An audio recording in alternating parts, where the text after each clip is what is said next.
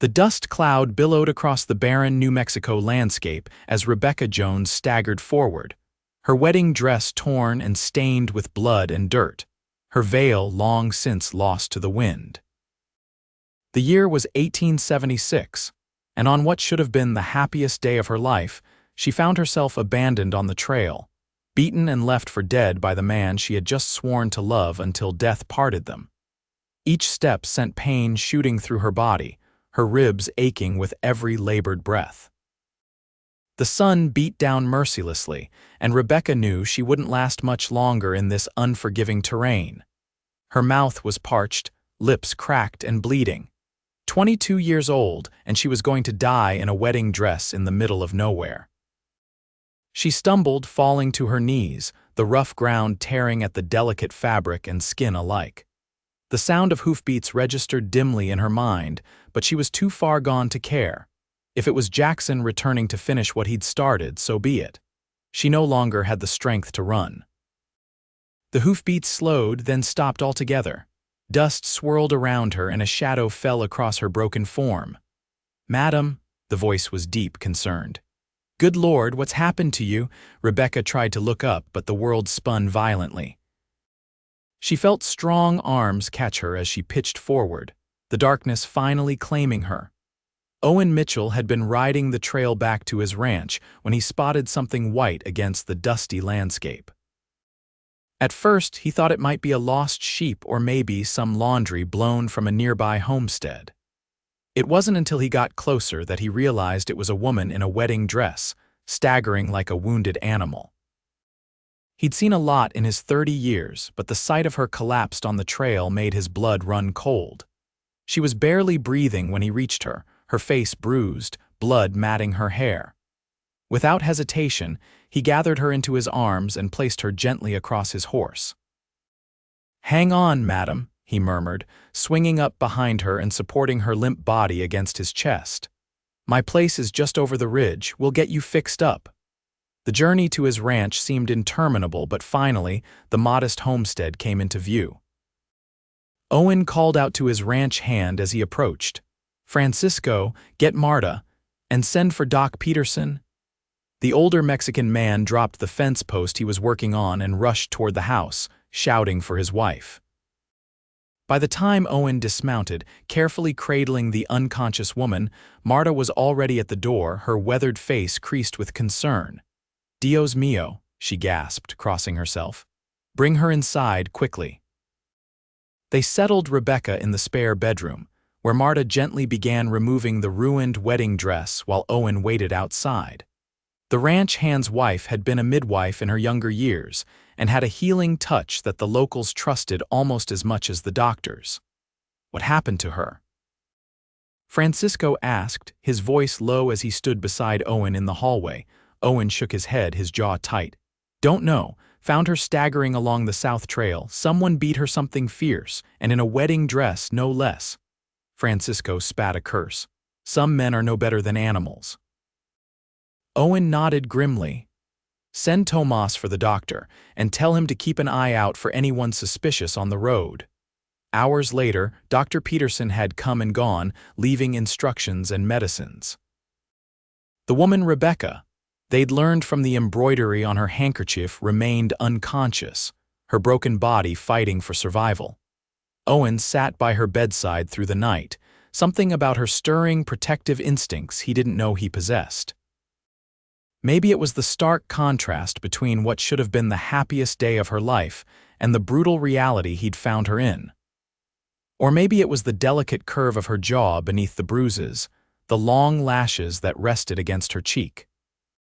Whatever it was, he found himself promising this stranger that she wouldn't have to face whatever had happened to her alone. Dawn broke, painting the room with soft golden light when Rebecca finally stirred. Her eyes fluttered open, revealing irises the color of mountain lakes. For a moment she seemed peaceful, then memory and pain crashed over her and she tried to sit up with a cry of alarm. "Easy," Owen said, gently placing his hand on her shoulder. "You're safe now. You're at the Double M Ranch. I found you on the trail yesterday." Rebecca stared at him, confusion and fear warring in her eyes. Who are you?" Owen Mitchell, madam, I own this place. She sank back against the pillows, wincing. Rebecca Jones, she whispered, her voice raw. Thank you for helping me. Can you tell me what happened? Who did this to you? His voice was gentle, but there was steel beneath it. Tears welled in her eyes and she turned her face away. My husband, ex-husband, I suppose. We'd just been married when, her voice broke, when he showed his true colors. Owen's hands clenched into fists. Where is he now? Gone. He took everything, my dowry, my father's watch, even my wedding ring, said I wasn't worth the trouble after all. A bitter laugh escaped her, followed by a wince of pain.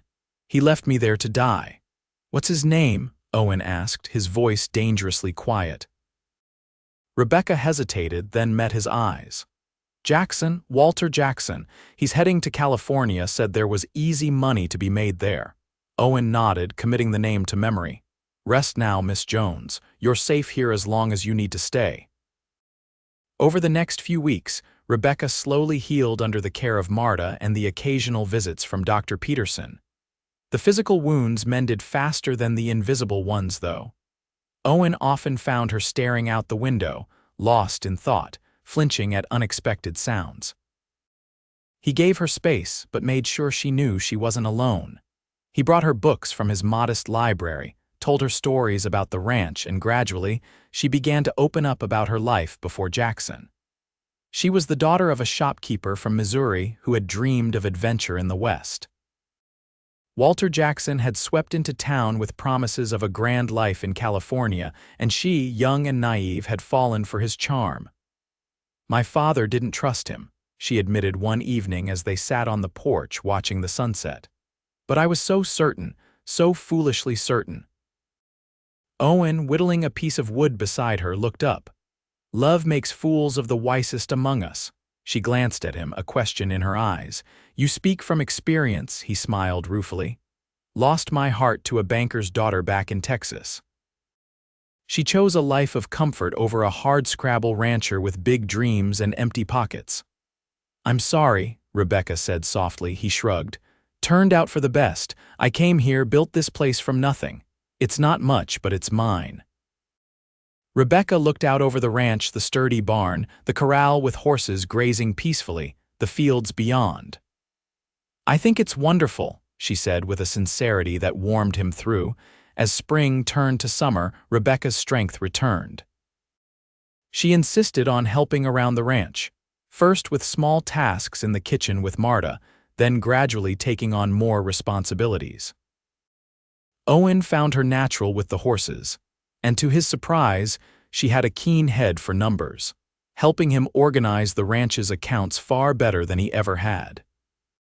You don't have to work so hard, he told her one day as she mended fences alongside him, her pale skin tanning under the New Mexico sun. You're still recovering. Rebecca drove a nail home with surprising force. I'll not be a charity case, Mr. Mitchell. I pay my way. He liked the determined set of her jaw, the fire that had begun to return to her eyes. Never thought you were, Miss Jones, and I reckon it's about time you called me Owen. She paused, hammer raised, and offered him a small smile that did strange things to his heart. Then I'm Rebecca to you. As summer progressed, Owen found himself looking for reasons to be near her. He took her with him to town for supplies, introduced her to neighbors, and brought her wildflowers he found on his rides. She brightened the ranch house with small touches, curtains she sewed from fabric bought in town, jars of preserves she made with Marta, a vegetable garden that thrived under her care. The ranch hands noticed the change in their boss. Francisco caught Owen watching Rebecca as she hung laundry, the wind catching her hair, now grown past her shoulders. The señorita, she is healing your heart as you healed her body, no, the older man said with a knowing smile. Owen felt heat crawl up his neck. She's been through hell, Francisco. She needs time, but time passes and life waits for no one. One evening in late August, they rode to a ridge overlooking the ranch. The sunset painted the sky in brilliant oranges and purples, and a comfortable silence fell between them as they dismounted to watch. I should be moving on soon, Rebecca said suddenly, her voice quiet but resolute. Owen felt as though he'd been kicked in the chest. "Why would you do that?" She kept her eyes on the horizon. "I can't stay here forever living off your kindness. I need to make my own way." "And if I asked you to stay?" The words were out before he could stop them. Rebecca turned to him, her eyes searching his face. "Why would you do that?" Owen took a deep breath. "Because this place hasn't felt like home until you were in it. Because I find myself looking for you first thing every morning and thinking of you last thing at night. Because I think I'm falling in love with you, Rebecca Jones." She stared at him, eyes wide and glistening with unshed tears. "Owen, I'm broken. What Walter did to me has made you stronger," he finished for her, stepping closer. "I've watched you rebuild yourself day by day. You're the bravest person I know." A tear slipped down her cheek. "I'm afraid," she whispered, "afraid to trust, to hope." Gently, he took her hand in his.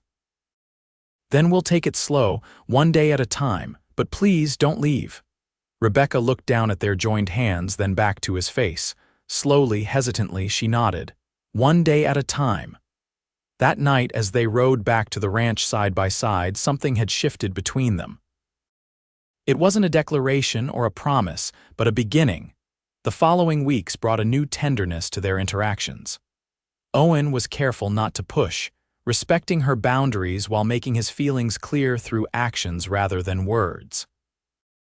He built her a bookshelf for her growing collection, took her on picnics by the creek that ran through his property, and taught her to shoot, just in case, he said, though they both knew who he feared might someday return.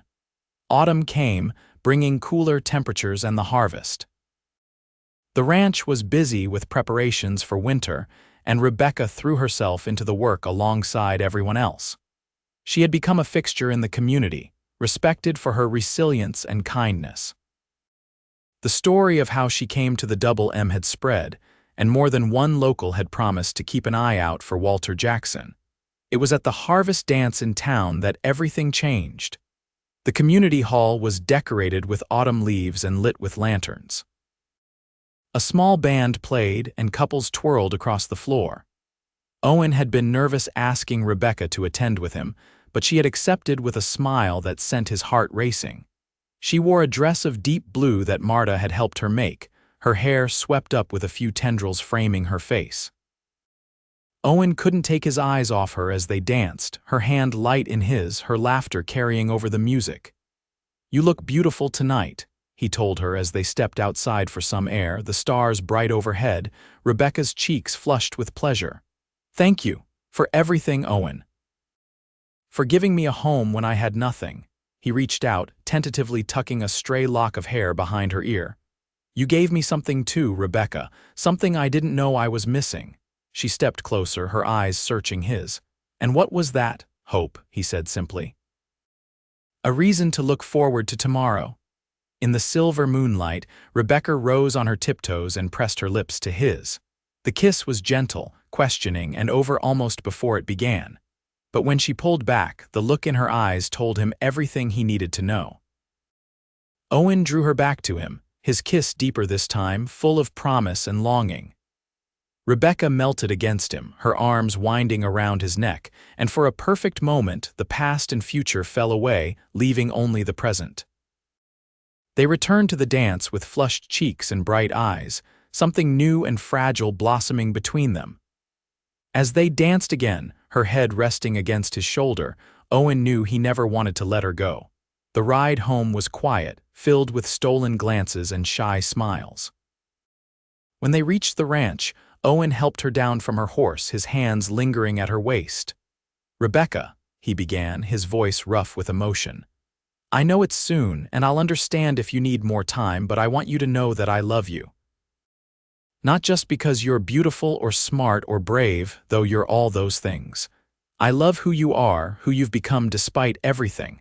And if you'll have me, I want to spend my life making you happy." Rebecca's eyes glistened in the moonlight. "Owen Mitchell," she said, her voice steady despite the tears. "You stopped your horse for a broken woman in a wedding dress, and in doing so you changed everything. How could I not love you for that?" Their second kiss was sealed with tears and laughter, a promise of healing and hope. Winter came to New Mexico, bringing cold winds and occasional snow. The ranch settled into the slower rhythm of the season, and Rebecca and Owen grew closer with each passing day. They spent evenings by the fire, making plans for the spring, for their future together. He proposed properly on Christmas Eve with a simple silver ring that had belonged to his mother. "It's not fancy," he apologized as he slipped it onto her finger, "but it's offered with all my heart." Rebecca looked at the ring, then at the man before her, his eyes full of love and promise. "It's perfect," she whispered, "just like you." They were married on New Year's Day, 1877, in the small church in town. The ceremony was everything her first wedding hadn't been, filled with genuine love, surrounded by friends who had become family. Rebecca wore a dress of ivory satin, simple and elegant, with no resemblance to the ruined gown Owen had found her in. As they exchanged vows, Rebecca thought of how far she'd come from that terrible day on the dusty trail. The woman she had been then would never have believed this moment possible, that she could trust again, love again, find joy again. Spring brought new life to the ranch. The fields greened, calves and foals were born, and Rebecca planted an orchard behind the house. "For our children someday," she told Owen as they placed the saplings in the rich soil. He kissed her tenderly. "I like the sound of that." Their happiness seemed complete, but the past wasn't finished with them yet. Word came from a friend in Santa Fe that a man matching Walter Jackson's description had been seen heading back east, having lost his fortune in a failed mining venture in California. Owen saw the fear return to Rebecca's eyes, though she tried to hide it. "He won't hurt you again," he promised her, his voice hard with certainty. "Not while I draw breath." They increased precautions around the ranch, never letting Rebecca ride alone, making sure she carried the revolver Owen had taught her to use. But weeks passed with no sign of Jackson, and gradually the tension eased. Then came the day Owen had to ride to a neighboring ranch to help with a difficult calving. "I'll be back before sundown," he assured Rebecca, kissing her goodbye. "Francisco and the boys are around if you need anything." She nodded, forcing a smile. "I'll be fine, be careful." The day passed quietly. Rebecca worked in her garden, checked on a mare about to foal, and prepared dinner for Owen's return. It wasn't until late afternoon, as she was hanging laundry, that she felt the prickling sensation of being watched. She turned slowly, her hand moving to the small revolver in her apron pocket. At first, she saw nothing, just the empty yard and the barn beyond. Then a figure stepped out from behind the corner of the house. "Hello, Becky," Walter Jackson said, his once handsome face now haggard, his clothes dirty and worn. "Fancy meeting you here." Rebecca's blood ran cold, but she kept her voice steady. "What do you want, Walter?" He sneered, taking a step toward her. "Is that any way to greet your husband?" "Ex-husband," she corrected, backing away. "You made that clear when you left me for dead." Walter's eyes narrowed. "I hear you've done well for yourself, married a rancher." "Living the high life while I've been struggling." "Leave, Walter, now, before my husband returns," he laughed, a harsh sound that sent shivers down her spine. "That's exactly what I'm counting on, Becky. You see, I need money to get back east. And I figure your new husband will pay handsomely to get you back in one piece." Rebecca's hand closed around the gun. "You're not taking me anywhere." Walter lunged forward, grabbing her arm. "Don't be stupid," the report of the gun was deafening in the quiet afternoon. Walter staggered back, clutching his shoulder, shock and rage contorting his features. "You shot me," he gasped. "You actually shot me." Rebecca held the gun steady despite her trembling hands. "The next one goes in your heart if you don't get on your horse and ride away. Now." For a moment she thought he might charge her again, but the sound of hoofbeats in the distance made him hesitate. With a curse, he backed away, still holding his bleeding shoulder. "This isn't over," he spat, but the threat was empty. They both knew it was. Rebecca kept the gun trained on him until he mounted his horse and rode away, then she sank to her knees, the revolver falling from her suddenly nerveless fingers. That was how Owen found her minutes later as he galloped into the yard, having seen Walter ride past on the road. "Rebecca." He was off his horse and at her side in an instant, gathering her into his arms. "Are you hurt? What happened?" Through tears of relief and lingering fear, she told him. His face darkened with rage, but he held her close, stroking her hair. "He's gone now," Owen assured her. "And if he knows what's good for him, he'll keep riding and never look back." That night, as they lay together in their bed, Rebecca finally felt the last shadows of her past receding. "I was so afraid," she admitted, her head on Owen's chest. "Not just of him, but of myself. Afraid I wouldn't be strong enough." Owen's arms tightened around her. "You've always been strong, Rebecca, stronger than anyone I've ever known." She tilted her face up to his. "I found that strength because of you, because you showed me I was worth saving, worth loving." He kissed her softly. "We saved each other." Walter Jackson was caught trying to rob a stagecoach a week later. The wound in his shoulder had festered, and he died in a prison infirmary before he could stand trial. When news reached the Double M, Rebecca felt no joy, only a quiet sense of closure. "It's really over now," she told Owen as they stood on the porch watching the sunset. "We can truly begin our life together." And they did. That autumn, Rebecca discovered she was expecting their first child. The following spring, she gave birth to a daughter they named Hope, a testament to what had brought them together and sustained them through darkness. As the years passed, the Double M flourished under their care. They added to their land, built a larger house, and had 2 more children, a son named James and another daughter, Elizabeth. Rebecca's orchard grew, the trees bearing fruit each year, a living symbol of how love and patience could yield the sweetest rewards. On the 10th anniversary of the day Owen found Rebecca on the trail, they rode out to the ridge overlooking their ranch. Below them, their children played in the yard, their laughter carrying on the breeze. The house stood strong and welcoming, smoke curling from the chimney, horses grazing in the pasture. "Did you ever imagine this?" Rebecca asked, her hand finding Owen's. "That day when you stopped your horse for a woman in a ruined wedding dress."